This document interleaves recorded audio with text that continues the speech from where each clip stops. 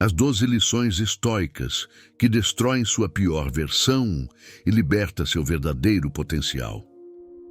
Existe uma guerra que ninguém vê, mas que consome você todos os dias. Uma batalha silenciosa entre a parte que quer conforto e a parte que quer grandeza. Entre o impulso que busca prazer imediato e a voz que pede disciplina. É uma luta que não acontece lá fora, mas dentro da mente, no espaço invisível entre um pensamento e outro, onde se decide o rumo da própria vida. O inimigo mais perigoso não é o mundo, nem as circunstâncias, nem as pessoas. É o eu que você permite continuar fraco, desatento e guiado por impulsos. O eu que se esconde atrás de desculpas, que foge da dor e que confunde liberdade com falta de responsabilidade. O que destrói o potencial de um homem não é o fracasso, é o hábito de se distrair. É o conformismo mascarado de aceitação.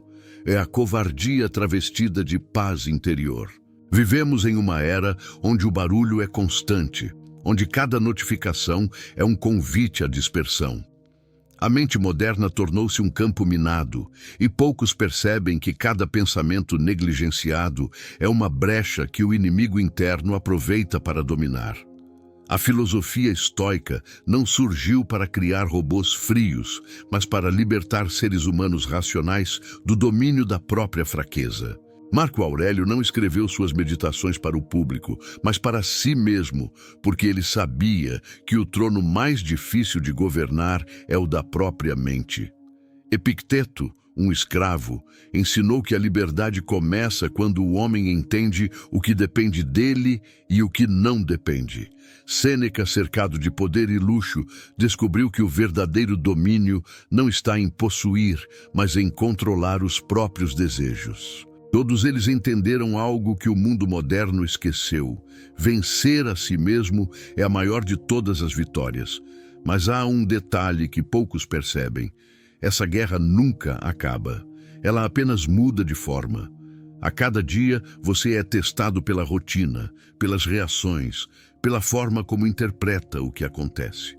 A filosofia estoica é o mapa que aponta o caminho da lucidez no meio do caos.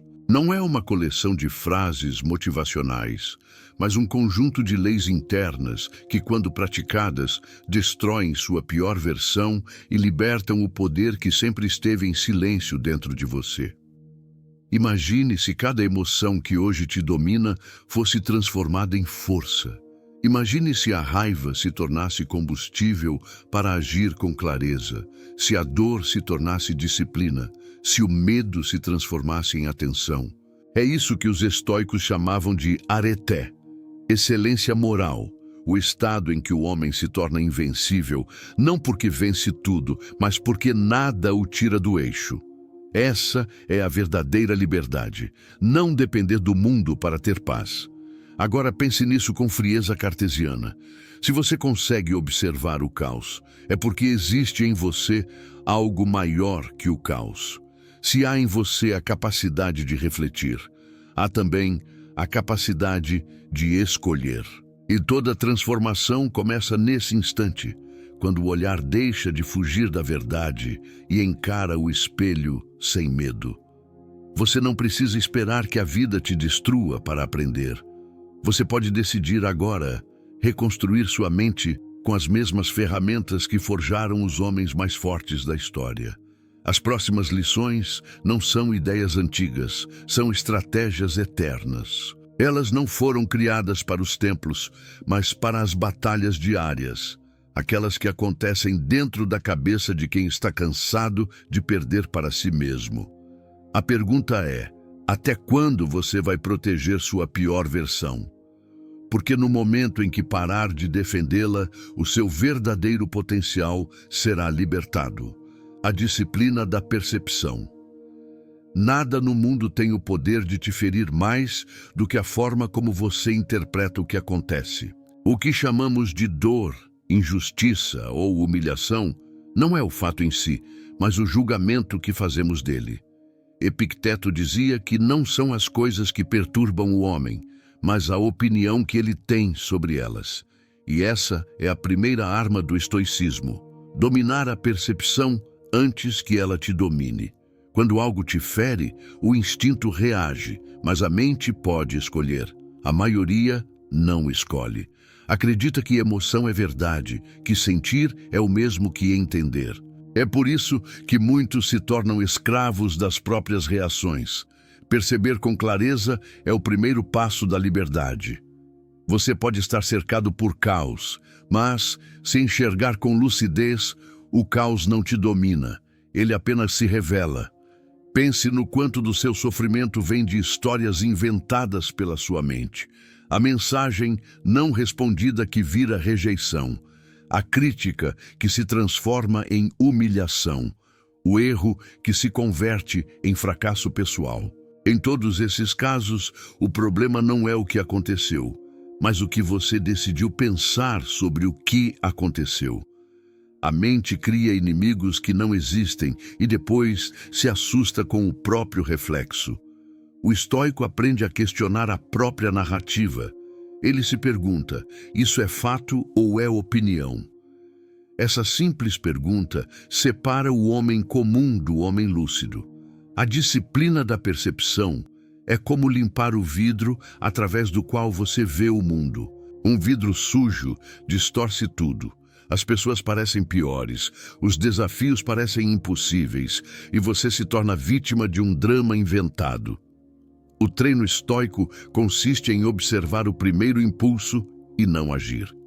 A pausa é o campo onde a razão vence o instinto. É nesse pequeno intervalo que a mente desperta e o ego perde força. A sociedade moderna não ensina ninguém a pausar. Tudo é imediatismo, reação, velocidade. Mas o domínio da percepção exige o oposto. Desacelerar o olhar, analisar o que é real e o que é interpretação. O estoico age como um cientista diante de um fenômeno. Observa sem julgar, entende antes de reagir e só depois decide. A percepção disciplinada transforma qualquer caos em clareza. Imagine um dia inteiro em que você simplesmente observa antes de reagir. Alguém te ofende e você não revida. Você estuda. O trânsito te irrita e você não explode. Você entende. Um imprevisto te frustra e você não se vitimiza. Você se adapta. Em poucas horas, você perceberia algo extraordinário. A realidade nunca foi o problema. O problema sempre foi o filtro mental com o qual você a enxerga. Epicteto chamava isso de liberdade interior. Quando você escolhe o que pensa, ninguém mais pode te controlar. Nenhum insulto te atinge, porque você decide o que é ofensa. Nenhum fracasso te define, porque você decide o que é derrota. Nenhum elogio te manipula, porque você decide o que é valor. A disciplina da percepção é o primeiro muro da cidadela interior, o ponto de partida de toda sabedoria prática. O mundo continuará o mesmo, mas a forma como você o percebe muda tudo. Quando a mente se alinha com a razão, o sofrimento se torna aprendizado. Quando o olhar é treinado, o caos se transforma em mapa. Quando a percepção é disciplinada, até a dor perde o poder de ferir. E no instante em que você entende isso, a guerra dentro de você começa a mudar de lado. O poder da reação atrasada. Há momentos em que o verdadeiro controle não está em agir, mas em adiar. A mente indisciplinada reage como fogo em pólvora. Basta um estalo e tudo explode. O estoico, ao contrário, entende que o tempo é a primeira forma de sabedoria. Entre o estímulo e a resposta existe um espaço invisível, e é nesse espaço que mora a liberdade. O impulso é natural, mas a reação é escolha. E é essa escolha que separa o sábio do impulsivo, o senhor de si do escravo das próprias emoções. Epicteto ensinava que, antes de responder a uma provocação, devemos nos perguntar se aquilo exige mesmo uma resposta. Quase sempre não exige. A maioria das discussões nasce da pressa em defender o próprio ego. E o ego é faminto por reações. Ele se alimenta de ser notado, de provar que tem razão. Mas toda vez que você se apressa em responder, abre mão da serenidade e entrega seu poder a quem te provocou. A raiva do outro se torna o seu comando. O verdadeiro domínio começa quando você aprende a interromper essa cadeia. Adiar a reação é um treino de força interior. É uma forma de dizer ao próprio corpo: você não manda em mim. A pausa estoica não é fraqueza, é estratégia. É como o guerreiro que observa o campo de batalha antes de atacar. É o momento em que o coração quer agir, mas a razão exige clareza. A mente que reage rápido demais é prisioneira das emoções. A que aprende a atrasar a resposta é dona de si. A filosofia moderna chama isso de regulação emocional, mas os estoicos chamavam de domínio da alma. Quando você adia a reação, algo mágico acontece. O impulso perde força. A ofensa deixa de parecer pessoal. A provocação perde o sentido. O problema encolhe diante da sua paciência. Essa espera racional é o que Sêneca chamava de respiração da sabedoria. Vivemos numa época em que tudo exige resposta imediata. Mensagens, opiniões, julgamentos.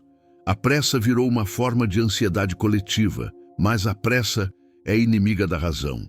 O estoico observa, filtra e só então fala. E quando fala, suas palavras têm peso, porque nascem do silêncio, não do impulso.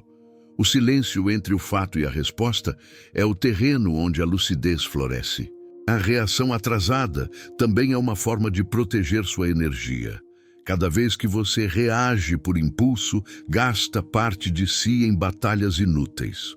O verdadeiro guerreiro escolhe suas lutas, não porque teme perder, mas porque entende o valor da sua calma.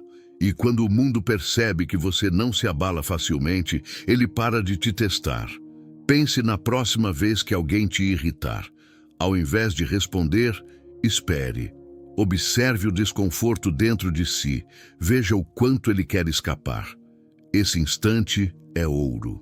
Porque é ali que a mente se divide. O velho eu quer reagir, o novo eu quer compreender. É nesse segundo de pausa que nasce o domínio.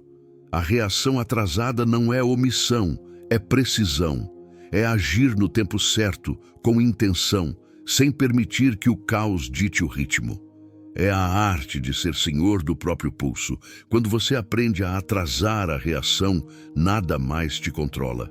Nem pessoas, nem palavras, nem imprevistos. Você se torna o observador lúcido no meio do incêndio. E o fogo, que antes queimava, agora ilumina. A brutalidade da auto-honestidade. Há um tipo de coragem que é mais difícil do que enfrentar qualquer inimigo. A de olhar para dentro sem desviar os olhos. A maioria das pessoas passa a vida fugindo de si mesma, inventando justificativas sofisticadas para o próprio descontrole. Chamam a falta de disciplina de cansaço. Chamam a falta de foco de ansiedade. Chamam a covardia de respeitar seus limites. A autoilusão é o veneno mais doce do ego. Ela oferece conforto, mas rouba evolução. Sêneca dizia que nenhum homem é mais enganado do que aquele que mente para si mesmo. A brutalidade da auto-honestidade é o ponto em que você para de proteger suas fraquezas e começa a confrontá-las. Não com culpa, mas com lucidez. Não com autopunição, mas com consciência. O estoico não se esconde atrás de explicações. Ele olha para o erro e pergunta: qual parte de mim ainda precisa amadurecer? Essa pergunta é a lâmina que corta o auto-engano. Ser honesto consigo mesmo é doloroso, porque obriga a admitir o quanto da sua vida é resultado de escolhas frouxas. Ninguém quer encarar o fato de que é o próprio sabotador do próprio destino. É mais fácil culpar o chefe, o governo, a infância, o tempo, os outros. Mas o estoico não procura culpados. Ele busca causas. Ele entende que só é possível mudar aquilo que se reconhece. O que é negado se repete. O que é aceito se transforma. A brutalidade da auto-honestidade é libertadora porque quebra o disfarce. Você deixa de se ver como vítima e começa a se ver como autor. A partir daí, tudo muda. Quando o homem assume que é o próprio criador do seu sofrimento, ele ganha o poder de destruí-lo. Quando entende que cada pensamento alimenta uma versão de si, ele percebe que tem vivido alimentando a pior. E nesse instante de clareza, o velho eu começa a morrer. O caminho da verdade interior é estreito. Ele exige confrontar vícios mentais, hábitos automáticos e narrativas repetidas. Requer o silêncio de quem observa sem julgar, mas também a coragem de quem age sem desculpas. O filósofo cartesiano diria que é o processo de depuração da mente. Eliminar o que é falso para descobrir o que é verdadeiro. É o mesmo processo aplicado à alma. Cada vez que você identifica uma mentira interna, um pedaço da sua pior versão se dissolve. Ser brutalmente honesto é entender que o sofrimento não é punição, é informação. Ele mostra o ponto exato onde você ainda não evoluiu. É um mestre disfarçado de dor. A honestidade, quando aceita, transforma a dor em dado, o erro em mapa e a fraqueza em direção. O problema é que poucos têm coragem de estudar o próprio fracasso sem ego. O estoico faz disso uma prática. Não há crescimento sem exposição. E a primeira exposição necessária é diante do espelho. O reflexo não mente. Ele mostra se a disciplina que você prega é real ou teatro. Mostra se o silêncio que você pratica é sabedoria ou covardia. Mostra se o amor próprio que você defende é ego ou equilíbrio. A mente só amadurece quando cansa de se enganar. No dia em que você parar de justificar sua estagnação e assumir o controle das suas escolhas, a liberdade mental deixará de ser uma ideia e se tornará um fato. A brutalidade da auto-honestidade destrói o conforto, mas constrói a verdade. E a verdade é o solo firme, onde o autodomínio floresce, o silêncio que constrói força. O mundo moderno tem medo do silêncio. Vivemos cercados de ruídos, notificações, vozes e opiniões que competem pela nossa atenção. O silêncio, que antes era sagrado, virou desconfortável. Mas para o estoico, o silêncio é uma arma. Ele não é ausência de som, é presença de si. É no silêncio que a mente se revela, e é por isso que tantos fogem dele. Porque encarar o silêncio é encarar o próprio caos interno. Sêneca dizia que o homem que não suporta a solidão não suporta a própria companhia. E essa é uma das verdades mais duras da vida.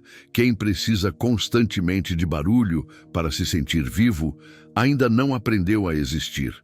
O silêncio obriga a mente a olhar para dentro, e o que ela encontra ali nem sempre é bonito. São restos de medo, orgulho, vaidade e arrependimento. Mas é justamente nesse encontro que começa a reconstrução da força interior. A força real não nasce em meio à multidão. Ela nasce nos intervalos onde ninguém te observa. O silêncio é o laboratório do autodomínio. É nele que você testa o que aprendeu e percebe o quanto ainda precisa amadurecer. No barulho é fácil parecer centrado, mas no silêncio não há palco, só essência. A mente sem ruído mostra o que você realmente é. Marco Aurélio escrevia suas reflexões em silêncio, antes do amanhecer, enquanto o império dormia. Ele sabia que governar os outros sem antes governar a si mesmo é ilusão. O silêncio era sua fortaleza mental, o espaço onde preparava o espírito para suportar o peso do mundo. E talvez esse seja o ponto mais esquecido pela era digital. Quanto mais ruído te cerca, mais fraco se torna o seu raciocínio. O cérebro precisa de quietude para pensar com profundidade, e a sabedoria precisa de solidão para amadurecer. O silêncio também revela o quanto você depende de estímulos externos. Repare como é difícil ficar alguns minutos sem tocar no celular, sem procurar música, sem abrir redes. Essa inquietação é o grito de uma mente viciada em distração. O treino estoico é inverter isso, aprender a estar presente, mesmo quando não há nada acontecendo. O verdadeiro poder é permanecer inteiro no vazio. No silêncio, a dor fala uma língua diferente. Ela deixa de ser ruído e se torna mensagem. Cada desconforto ganha significado, cada lembrança ensina algo. É nesse estado de quietude que a mente racional pode agir com clareza cartesiana, observando, analisando, compreendendo, sem ser arrastada pela emoção. O silêncio não é fuga do mundo, é preparação para enfrentá-lo com equilíbrio. Os antigos sabiam que a mente barulhenta é frágil. O barulho distrai, mas o silêncio constrói. A cada momento de quietude que você suporta, um pedaço do ego perde força. E quando o ego se cala, a consciência desperta. É nesse instante que nasce a verdadeira força. Não a força de resistir ao mundo, mas de não ser mais refém dele. A prática é simples, mas exigente. Reserve momentos diários, sem estímulos, nem música, nem palavras. Apenas você e o som do próprio pensamento. Observe as reações, os incômodos, as tentativas da mente de fugir. Isso é o treino. A cada minuto que você permanece, conquista um território dentro de si. E quando o silêncio deixa de ser um inimigo e se torna um abrigo, você entende que a força não está em dominar o mundo, mas em dominar a própria mente. A arte do desconforto voluntário. O corpo busca o conforto, mas o espírito cresce no desconforto. O homem moderno aprendeu a fugir de tudo o que dói, da fome, do frio, do silêncio, da espera, das frustrações. Criou uma vida cercada de comodidades e perdeu a própria força. O estoico, ao contrário, entendia que o desconforto não é inimigo, é professor. Ele treinava o corpo e a mente para suportar o que o mundo chama de insuportável, porque sabia que quem foge da dor vive como escravo do medo. Sêneca dormia em leitos duros, mesmo sendo rico. Epicteto suportou a escravidão sem quebrar o espírito. Marco Aurélio enfrentava doenças e guerras enquanto escrevia sobre serenidade. Eles praticavam o desconforto voluntário como disciplina espiritual. Não porque gostassem da dor, mas porque sabiam que o conforto constante enfraquece a alma.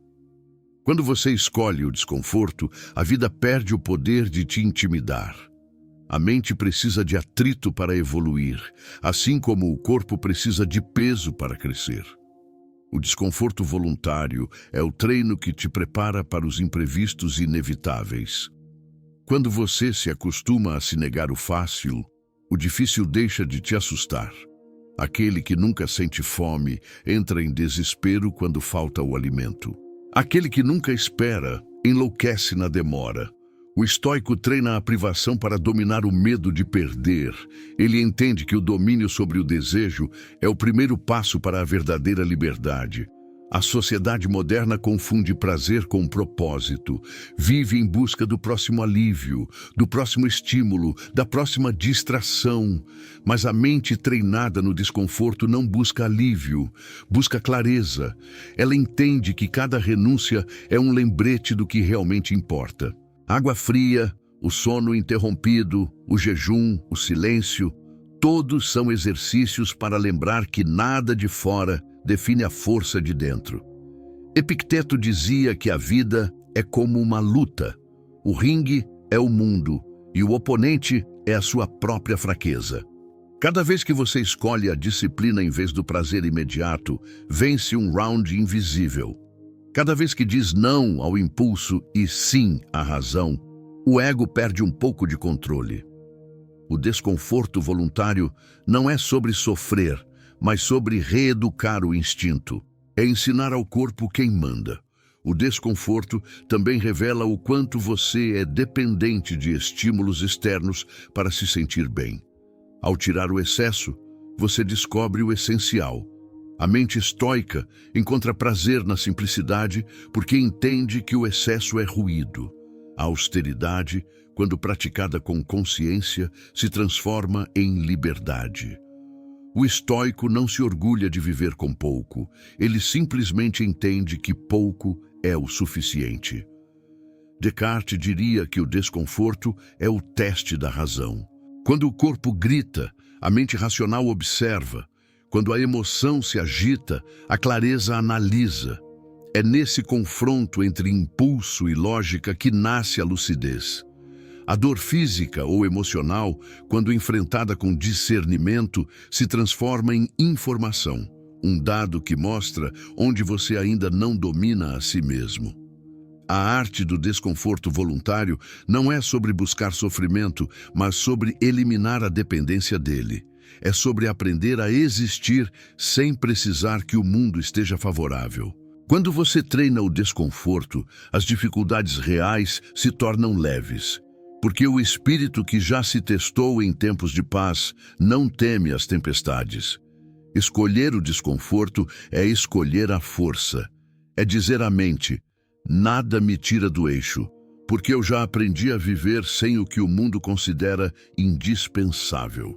E quando essa verdade se enraiza, nasce a serenidade invencível dos homens que já não buscam o fácil, apenas o essencial, a clareza da mortalidade. A morte é o lembrete mais esquecido e, ao mesmo tempo, o mais necessário da vida. O homem moderno vive como se fosse eterno. Faz planos como se tivesse séculos, desperdiça dias como se fossem infinitos e adia o que realmente importa para um amanhã que talvez nunca venha. Os antigos não tinham esse luxo, a morte os acompanhava de perto e por isso sabiam viver com intensidade e propósito. Memento mori, diziam os estoicos, lembra-te de que vais morrer. Não para te assustar, mas para te acordar. Nada traz mais clareza do que a consciência da finitude. Quando você se lembra de que o tempo é limitado, as distrações perdem valor, as ofensas perdem importância, as vaidades se dissolvem, a mente desperta para o essencial. É como se a névoa se dissipasse e você enxergasse o quanto de energia desperdiça em preocupações pequenas. Saber que a morte é certa não é pessimismo, é lucidez. É o que transforma a pressa em prioridade e a rotina em significado. Marco Aurélio meditava sobre a morte todos os dias, não por morbidez, mas por sabedoria. Ele sabia que cada nascer do sol era uma oportunidade que não voltaria. Escreveu: "Você poderia deixar a vida neste exato momento. Que isso determine o que você faz, diz e pensa." Essa frase não é um aviso, é uma libertação. Porque quando a mente entende que o tempo é finito, começa a escolher melhor o que merece espaço. O medo da morte nasce do apego. Apego ao controle, à imagem, à continuidade do ego. Mas o estoico compreende que morrer não é o contrário de viver. É parte do mesmo processo. Tudo o que existe se transforma. E o que chamamos de fim é apenas o início de uma nova forma. O corpo morre, mas o que foi vivido com virtude permanece. Nas ações, nos exemplos, nas marcas invisíveis que a vida deixa nos outros. A filosofia cartesiana diria que a lembrança da morte é a forma mais pura de raciocínio lógico, porque obriga a mente a eliminar o supérfluo e se concentrar no que é incontestável, o agora. A clareza da mortalidade é o que devolve ao pensamento o foco e ao espírito o equilíbrio.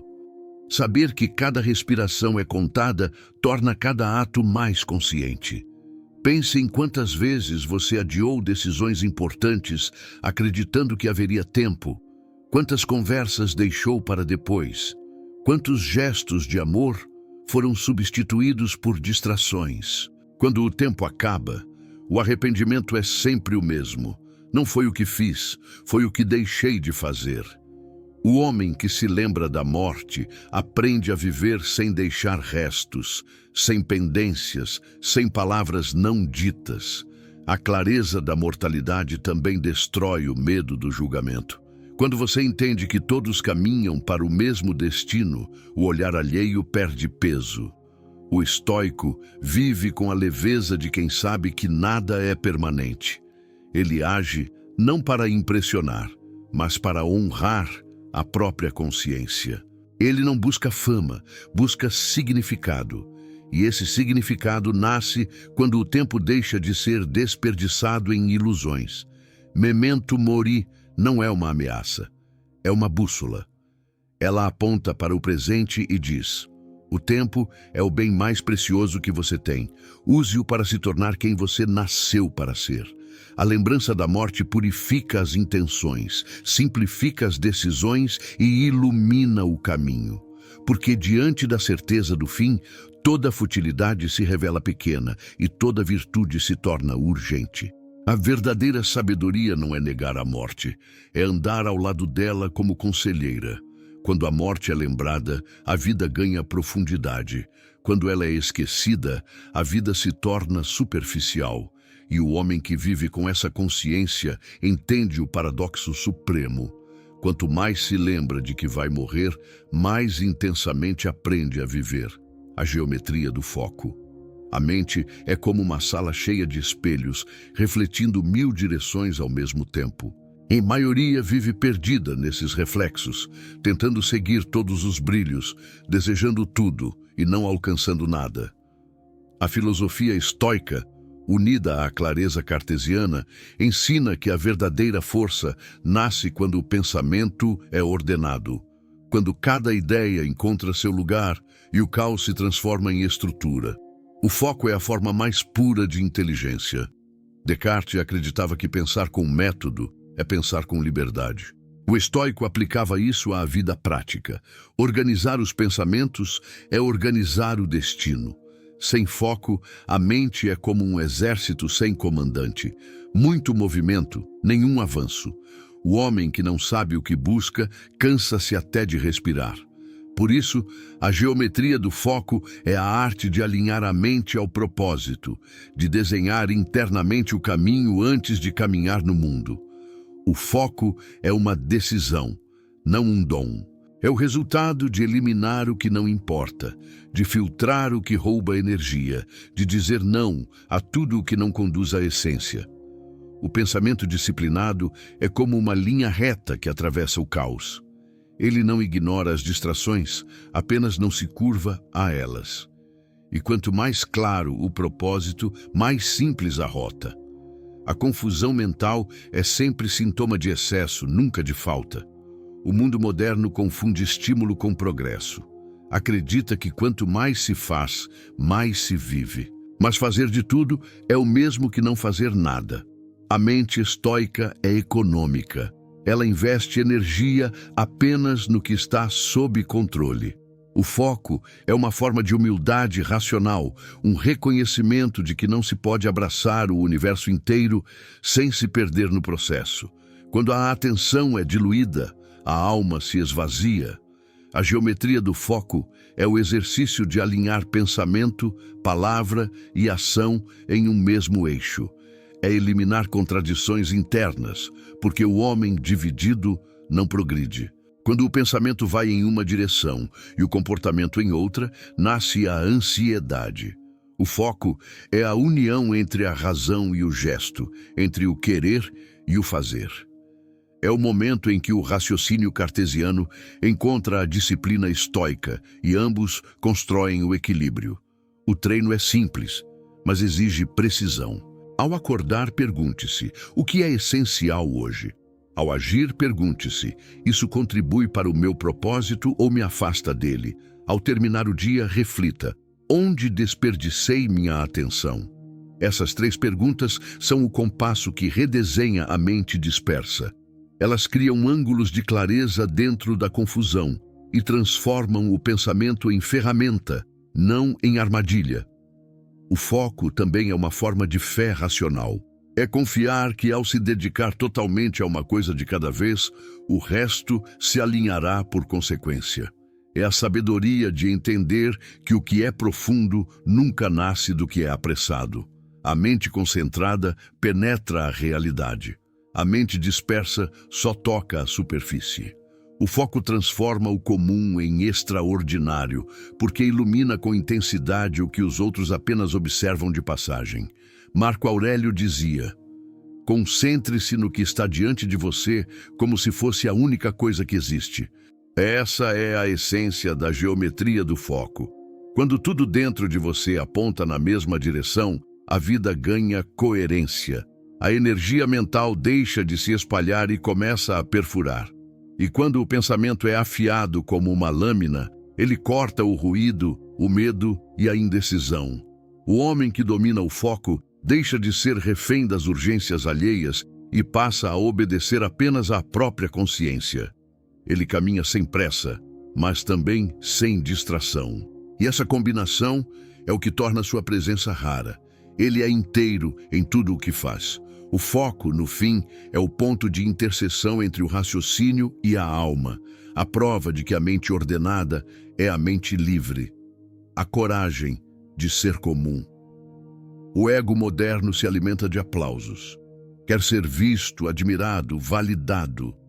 Crescemos acreditando que o valor de uma vida depende de reconhecimento, como se a existência só fosse real quando iluminada pelo olhar dos outros. Mas o estoico sabia que a verdadeira grandeza nasce na obscuridade. Ser comum para o sábio não é mediocridade, é liberdade. Porque o homem que precisa ser admirado já está preso. Vivemos em uma cultura que venera a exposição. Cada ato é medido em curtidas, cada conquista precisa de plateia. A glória se tornou um produto e a comparação um vício. É por isso que tantos vivem cansados, inseguros, vazios. O desejo de ser alguém para os outros faz o homem se afastar de si. E quanto mais ele busca destaque, mais se torna escravo das expectativas. A coragem de ser comum é, na verdade, a coragem de ser inteiro sem precisar provar nada. Epicteto dizia que quem quer agradar a todos perde a si mesmo no processo. O estoico não busca fama, busca coerência. Ele entende que o verdadeiro valor não está no número de olhos que o observam, mas na clareza com que enxerga a própria consciência. O homem comum que vive com virtude vale mais do que o extraordinário que vive de aparências. A glória pública é ruído. A integridade silenciosa é eternidade. A coragem de ser comum é a rebelião mais profunda contra a vaidade.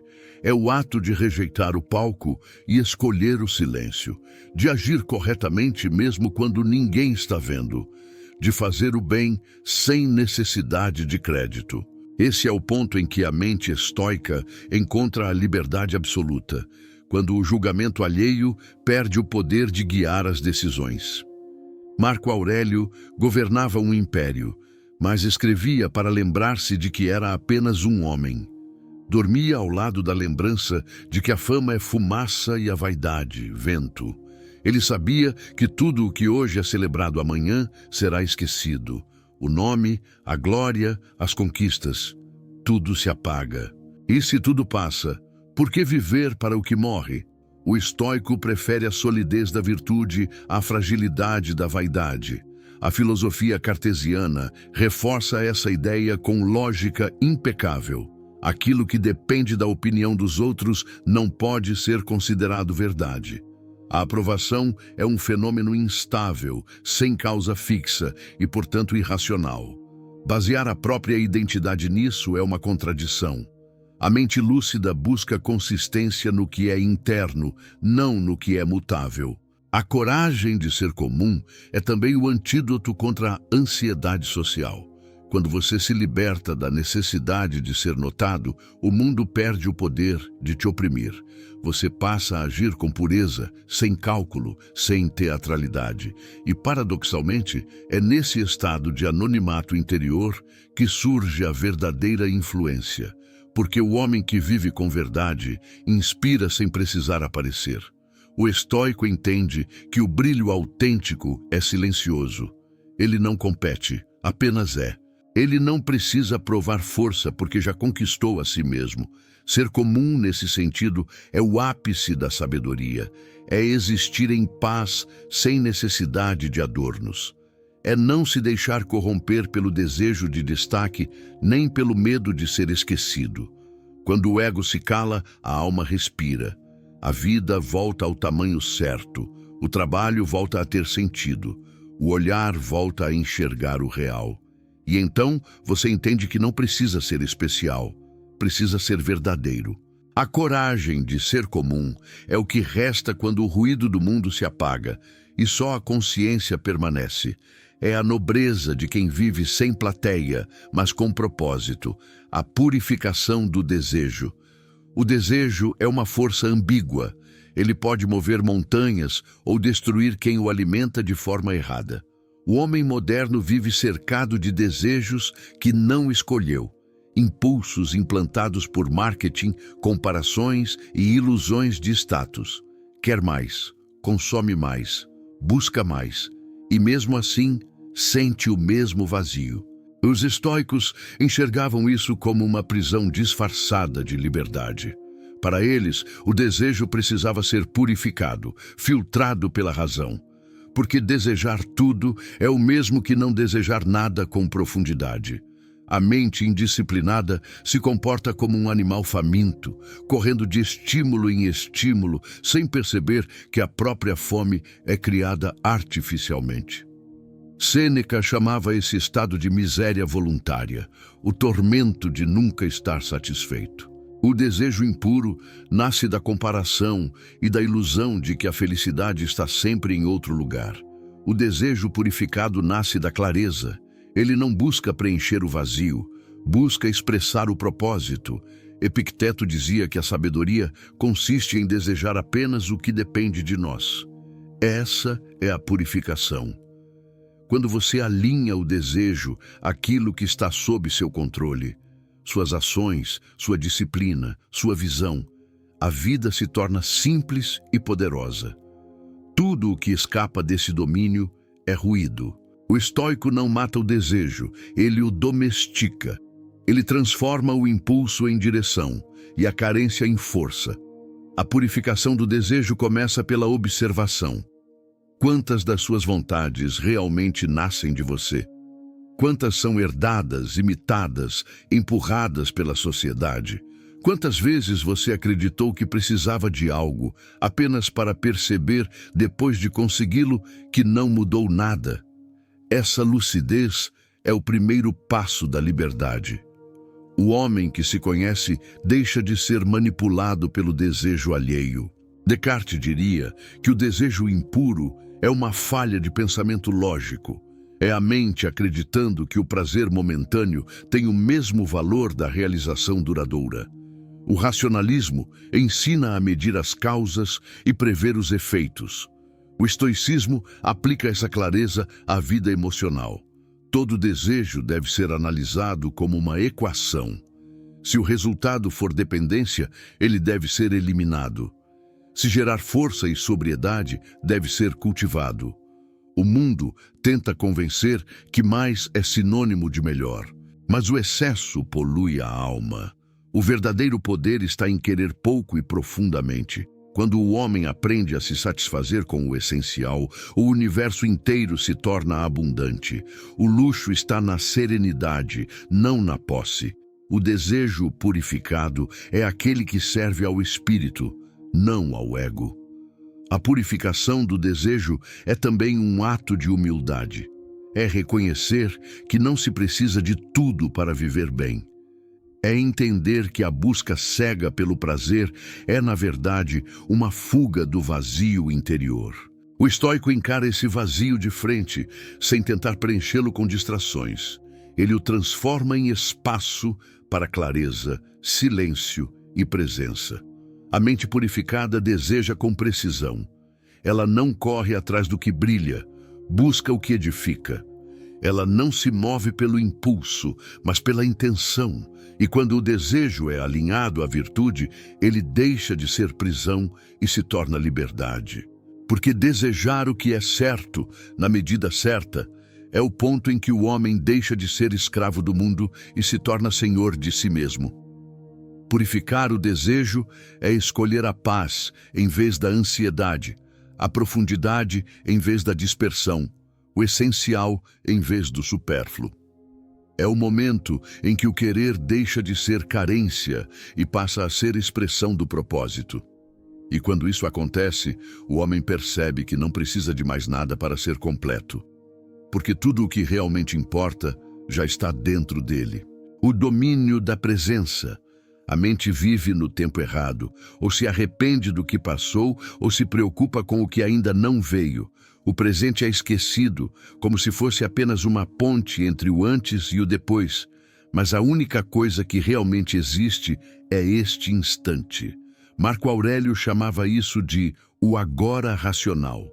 O momento em que o homem deixa de ser refém das lembranças e das projeções e se torna plenamente consciente do que está fazendo. Estar presente é a mais alta forma de disciplina. O domínio da presença é o fundamento de toda força estoica, porque o homem distraído não vive, apenas reage. Ele é arrastado pelos pensamentos como uma folha levada pelo vento. Já o homem presente observa, escolhe, decide. Sua atenção é sua arma, e nada é mais raro hoje do que uma mente que sabe permanecer. Vivemos em um tempo em que a concentração é luxo e a calma é revolução. Aprender a estar aqui é o treino mais valioso do século.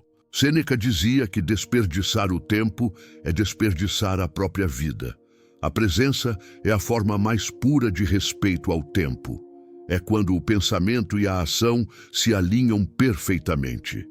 É o instante em que o raciocínio cartesiano se transforma em prática. Você pensa com clareza e age com precisão. Quando isso acontece, o medo diminui, a ansiedade se dissolve e a mente encontra repouso dentro do movimento. A ausência é uma forma de fraqueza mental. É estar fisicamente em um lugar e emocionalmente em outro. É agir sem consciência, falar sem intenção, viver sem perceber. O domínio da presença destrói isso. Ele exige atenção plena ao que é real, sem fuga para o passado ou ilusão do futuro. O estoico sabe que o agora é o único território que pode governar. Fora dele, tudo é imaginação. Descartes diria que a presença é o estado mais racional possível, porque elimina as contradições do pensamento disperso. Uma mente presente é uma mente ordenada. Ela não se divide entre arrependimentos e expectativas. Ela existe. E existir plenamente é o primeiro passo para o autodomínio. Quando você está inteiro no que faz, a energia se concentra, o raciocínio se torna nítido e as ações ganham peso. A prática da presença começa na observação dos detalhes. O toque, a respiração, o som. Coisas simples, mas que a pressa faz o homem esquecer. O presente é onde mora a verdade. Quem vive no passado cultiva a culpa. Quem vive no futuro alimenta a ansiedade. Só quem vive no agora encontra serenidade. O estoico entende isso e transforma o cotidiano em meditação constante. O domínio da presença também é o antídoto contra a dispersão digital. Cada notificação é uma tentativa de te arrancar de si mesmo. A mente não foi criada para pular de estímulo em estímulo. Ela foi criada para mergulhar. Estar presente é proteger sua atenção como quem protege um tesouro, porque ela é, de fato, o mais valioso bem que você possui. Epicteto ensinava: não diga que perdeu tempo, diga que o entregou. O domínio da presença é não entregar mais o tempo à distração.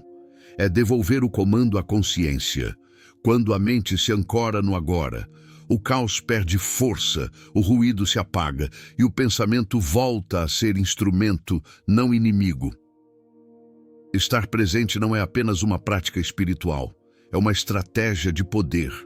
Porque o homem que vive no agora é o único que age com precisão. Ele não age tarde, nem cedo, age no tempo exato, e essa pontualidade interior cria uma sensação de leveza e controle que nenhuma circunstância pode roubar. O presente é o campo de batalha do autodomínio, e o homem que o conquista se torna invencível. A estratégia da aceitação. A maioria das pessoas confunde a aceitação com desistência. Acredita que aceitar é se conformar, quando na verdade é o ato mais inteligente de resistência. O estoico entende que a realidade não pede sua permissão. O que acontece, acontece, com ou sem o seu consentimento. A diferença está em como você reage. O homem que luta contra o que não pode mudar desperdiça energia. O que aprende a aceitar direciona essa energia para o que pode transformar. Epicteto dizia: deseje que as coisas aconteçam exatamente como acontecem e sua vida fluirá com serenidade. Essa não é uma frase de passividade, mas de poder, porque aceitar é alinhar-se com o fluxo da razão universal. É parar de brigar com o inevitável e começar a agir no possível. É trocar a ilusão do controle pela força da adaptação. A estratégia da aceitação é racional. Ela separa o que depende de você daquilo que pertence ao acaso. O que depende de você: pensamentos, atitudes, escolhas, foco. O que não depende: o clima, o passado, a opinião dos outros, o tempo que passa. Quando a mente se prende ao incontrolável, nasce o sofrimento. Quando foca no domínio pessoal, nasce a liberdade. A modernidade ensina o contrário. Diz que é possível controlar tudo: a imagem, o corpo, o destino. Mas o controle total é fantasia. O estoico não tenta controlar o mundo, ele controla a si mesmo dentro dele. E é essa inversão que o torna inabalável. Enquanto o homem comum tenta mudar o vento, o estoico ajusta as velas. Sêneca chamava a aceitação de arte da tranquilidade. Ele sabia que o destino nem sempre é justo, mas é sempre instrutivo. Quando algo foge do planejado, a mente treinada pergunta: o que isso veio me ensinar?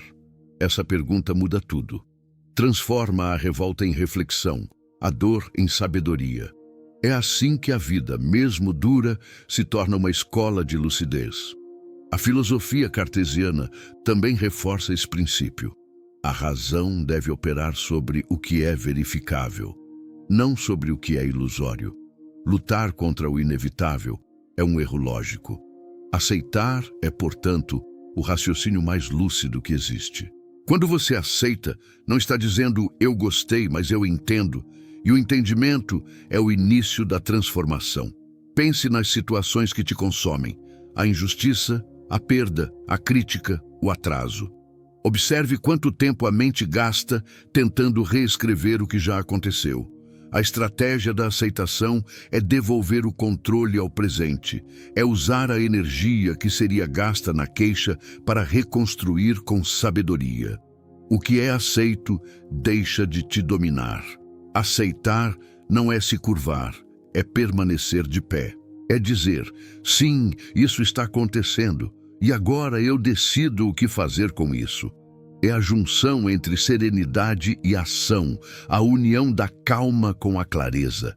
É o estado mental que permite agir sem desespero, porque quando o coração para de resistir ao real, a mente enxerga caminhos que o descontrole jamais permitiria ver. Marco Aurélio vivia cercado por tragédias e traições, mas nunca se permitia revoltar-se contra o destino. Ele entendia que tudo o que a vida lhe entregava era parte da sua formação. O sofrimento era o aço que moldava o caráter. E é assim também conosco. O que hoje parece obstáculo, amanhã se revela treino. A aceitação transforma a dor em direção. No instante em que você para de lutar contra o que é, nasce a força para mudar o que pode ser. A serenidade não vem da ausência de caos, mas da compreensão do papel que o caos desempenha na sua evolução. O homem que aprende a aceitar se torna invulnerável, porque nada o surpreende, tudo o ensina. O renascimento pelo propósito. Chega um ponto em que toda dor precisa fazer sentido, ou ela se torna insuportável. E é nesse ponto que nasce o propósito. não como uma ideia bonita, mas como uma necessidade vital. O homem sem propósito é um navio à deriva. Qualquer vento o desvia, qualquer obstáculo o afunda.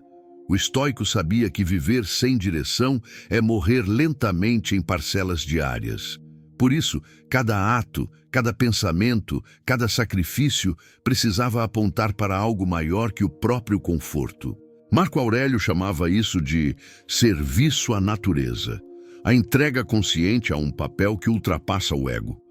Viver com propósito é alinhar o próprio ser ao sentido universal das coisas.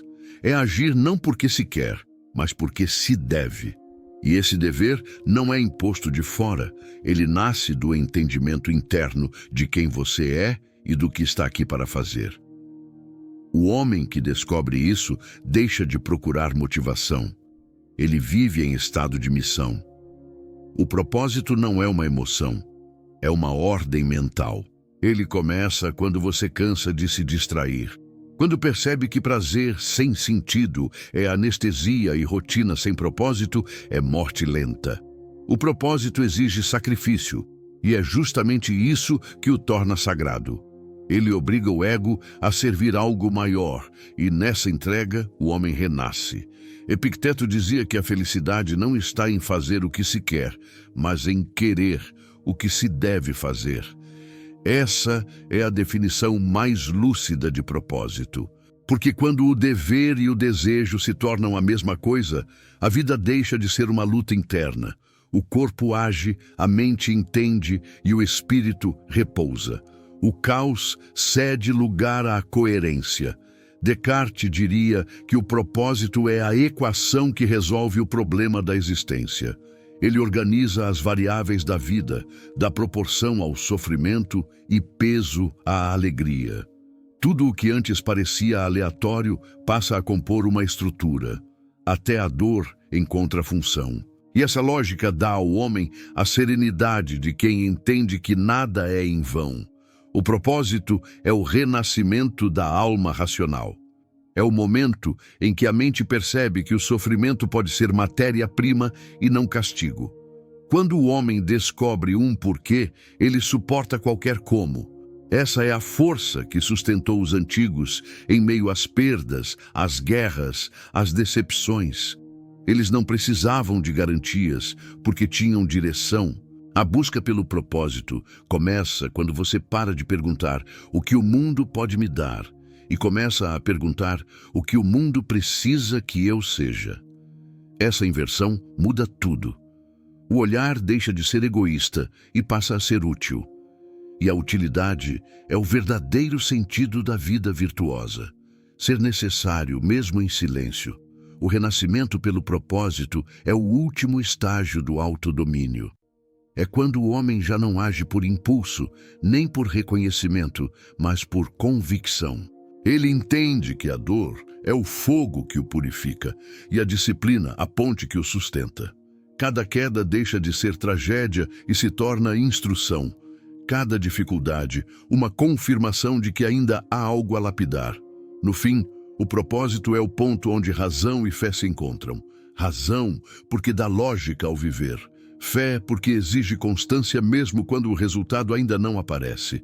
E quando ambos se unem, o homem reencontra sua força mais antiga, a de permanecer. A pior versão de você morre quando você para de viver para si. O verdadeiro eu nasce quando você se entrega àquilo que dá sentido à sua existência. O propósito não é o destino final, é o caminho que transforma a jornada em vida. E quem o encontra, renasce. Não porque o mundo muda, mas porque ele muda a forma de caminhar dentro dele. O retorno à cidadela interior. Toda jornada filosófica termina no mesmo lugar, dentro. Depois de percorrer as lições, o homem descobre que a verdadeira batalha nunca foi contra o mundo, mas contra as vozes dentro da própria mente. A pior versão de si não desaparece de repente. Ela se cala lentamente à medida que o pensamento se torna mais lúcido, o coração mais disciplinado e a alma mais serena. E quando o ruído interno se silencia, algo novo emerge. uma presença firme, simples, imperturbável. Essa é a cidadela interior de que Marco Aurélio falava. A cidadela é o espaço sagrado da consciência, o território que ninguém pode invadir. O homem que a encontra torna-se livre, mesmo cercado por limitações. Ele pode perder tudo, mas nunca perde a si.